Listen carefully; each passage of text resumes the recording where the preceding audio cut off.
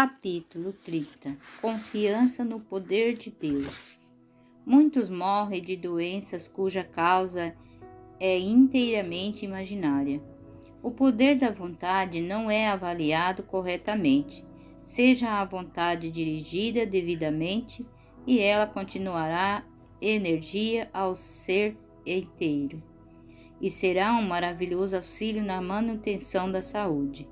Ânimo, esperança, fé, simpatia, amor provêm a saúde e prolongam a vida. O coração alegre serve de bom remédio, mas o espírito abatido virá a secar os ossos, diz o sábio Salomão. Com este pensamento do sábio, devemos começar nossa vida de confiança e tranquilidade. Ninguém poderá ter saúde mantendo um espírito de descontentamento, murmuração e queixa, depressão mental e penumbra espiritual. Levam à morte, mas pessoas morrem por falta de confiança de que talvez por outra qualquer coisa. Em Nature Seven temos essas palavras do doutor.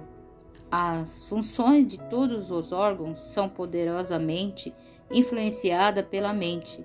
Se o paciente é completamente dominado por um temor mórbido, vasta influência depressiva e inconscientemente comunicada aos órgãos, a função do organismo é perturbada.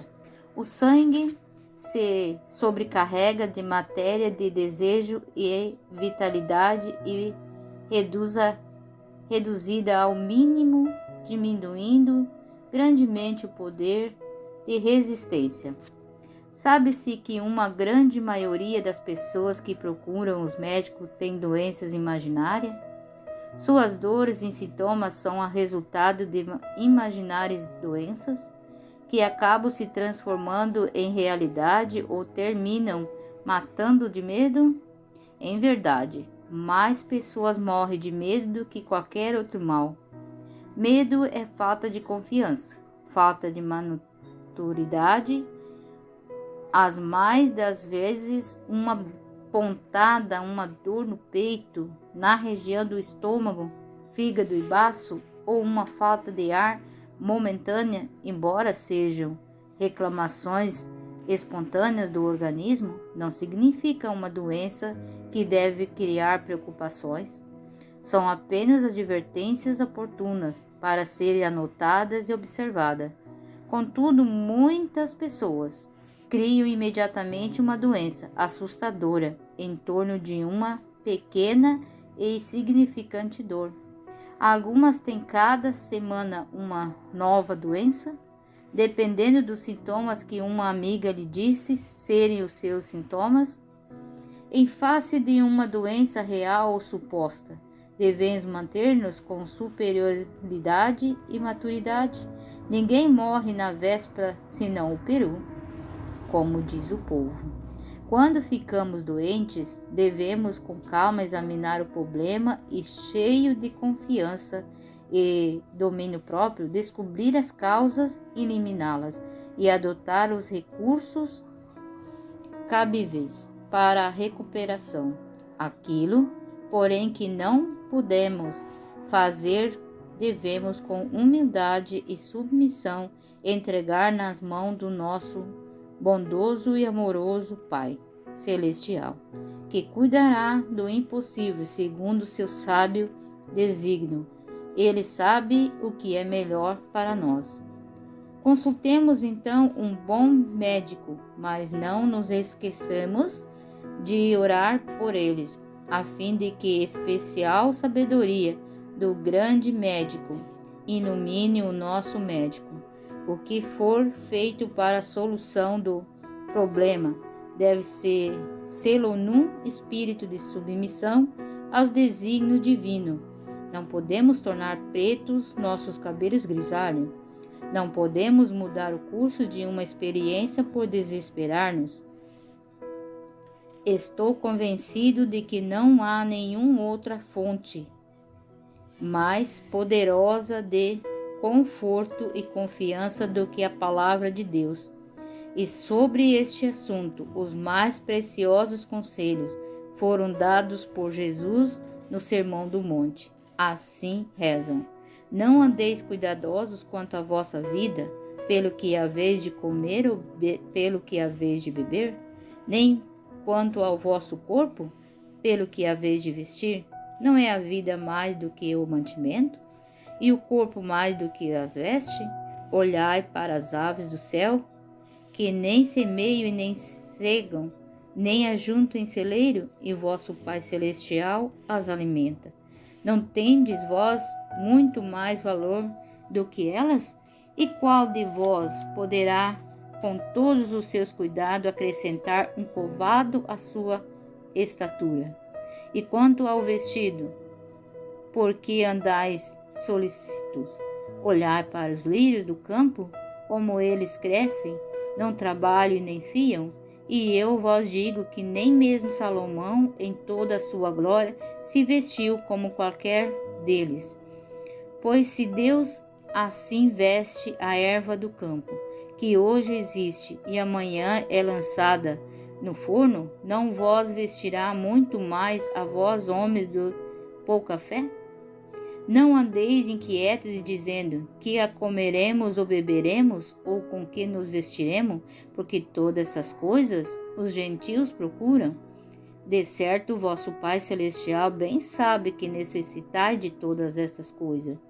Mas buscai primeiro o reino de Deus e a sua justiça, e todas estas coisas vos serão acrescentadas. Não vos inquieteis, pois pelo dia de amanhã, porque o dia de amanhã cuidará de si mesmo. Mateus capítulo 6, 25 a 34. Deus conhece nossas necessidades e os limites de nossas resistências. Nunca permitirá que nos sobrevenham provações superiores às nossas forças, mas devemos experimentá-las e suportá-las, ciente de que, no momento apropriado, elas já estarão para trás de nossas costas. Sei que não será apenas com palavra que conseguiremos incutir confiança e resistência de espírito na mente dos ansiosos e temerosos. Algumas coisas devem mudar no coração do indivíduo antes de ele poder confiar implicitamente.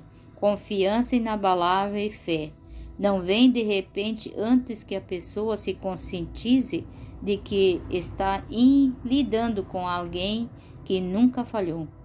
Coisa alguma diz mais ou melhor do que as palavras do grande apóstolo Paulo, quando está preso em Roma, aguardando seu martírio. Não me envergonho, porque sei que quem tenho crido, e estou certo de que é poderoso para guardar o meu depósito até aquele dia. 2 Timóteo 1, verso 12. Que sublimidade de confiança, que esperança e que certeza! Se conhecemos o nosso Deus, certamente nele confiaremos. Se tivermos uma doença aguda, ele sabe, ele pode curar. Se tivermos uma doença crônica, ele sabe o que fazer e pode orientar na cura. Se tivermos uma doença chamada incurável, ele também o conhece, e para ele não existe doenças incuráveis. Ele pode restaurar-nos se quiser, mas se ele achar melhor para nós só bem fazer-nos descansar no sono da morte, que bem faremos em desesperar-nos. O permanente sentimento de confiança é necessário para a manutenção da saúde. Nunca haverá saúde no corpo de um indivíduo pessimista, desconfiado, preocupado, temeroso. Estes sentimentos já são em si doença. É preciso que mantenhamos sempre calma, inabalável em toda circunstância e certeza de que tudo nos sairá bem afinal. Para encerrar esses pensamentos e enfatizar a razão por que podemos estar seguros na mão que nos protege, peço permissão para relatar um incidente que bem ilustra o que estamos a dizer. Foi em 1921, quando eu estava com apenas 12 anos de idade. Nossa família era constituída de 10 pessoas, 7 crianças, meu pai, minha mãe e minha avó. Depois de havermos perdido todos os bens terrenos em consequência da Primeira Guerra Mundial, havia 5 anos que íamos de mal a pior, sofrendo a mais completa miséria. Nessa ocasião estavam todos de cama, exceto minha mãe e meu irmão mais velho, que contava 14 anos de idade. Ele era o único que estava trabalhando para manter a casa.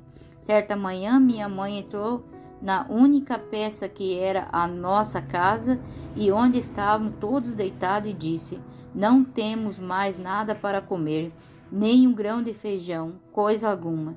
E dizendo isto, retirou-se para um puxado que tínhamos do lado de fora, aquilo que chamávamos de cozinha, e ajoelhou-se ao pé do fogão. Eu nunca havia visto minha mãe orar, nunca a vira de joelhos. Sabia que em pequena ela havia morado com uma condessa patrícia sua e havia ganho uma Bíblia que ainda conservava no fundo de um baú. Mas agora ela estava ali de joelhos. Não sei o que ela estava dizendo a Deus, nem deu tempo para pensar nisso. Não faria um minuto que ela estava ajoelhada quando teve de levantar-se para atender alguém que batia a porta.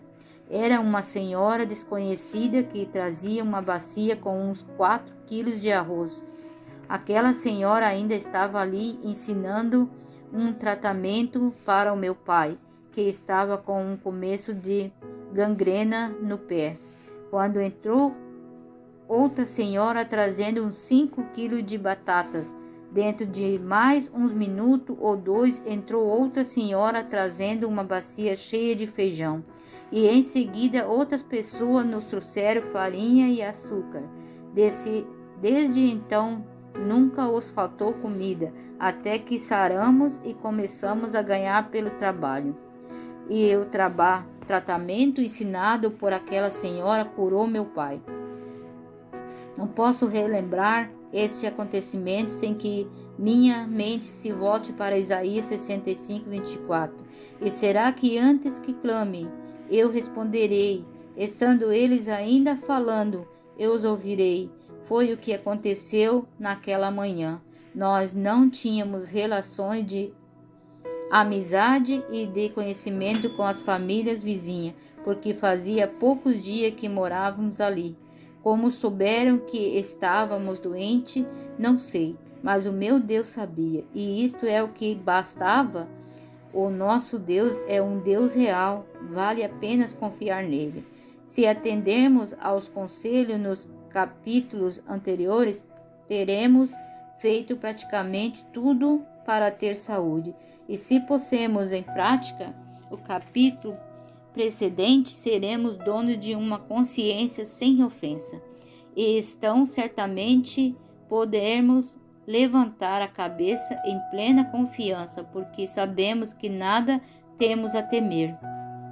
Confia no Senhor e faze o bem. Habitará na terra e verdadeiramente serás alimentado. Deleita-te também no Senhor, e Ele te concederá o que deseja o teu coração. Entrega o teu caminho ao Senhor e confia nele, e tudo Ele fará. Descansa no Senhor, espera nele. Salmos 37, 3 e 7.